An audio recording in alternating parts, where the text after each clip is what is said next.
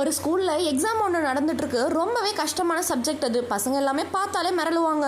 அந்த எக்ஸாம் தான் இப்போ நடந்துட்டு இருக்கு. வந்த சூப்பர்வைசரும் ரொம்பவே ஸ்ட்ரிக்ட்.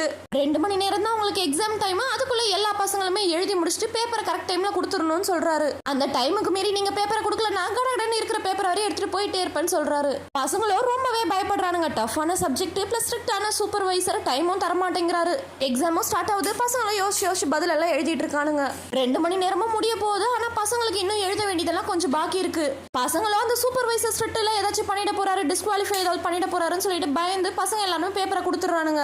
ஆனா அதுல ஒரு பையன் மட்டும் ரொம்பவே புத்திசாலியா இருக்கான்.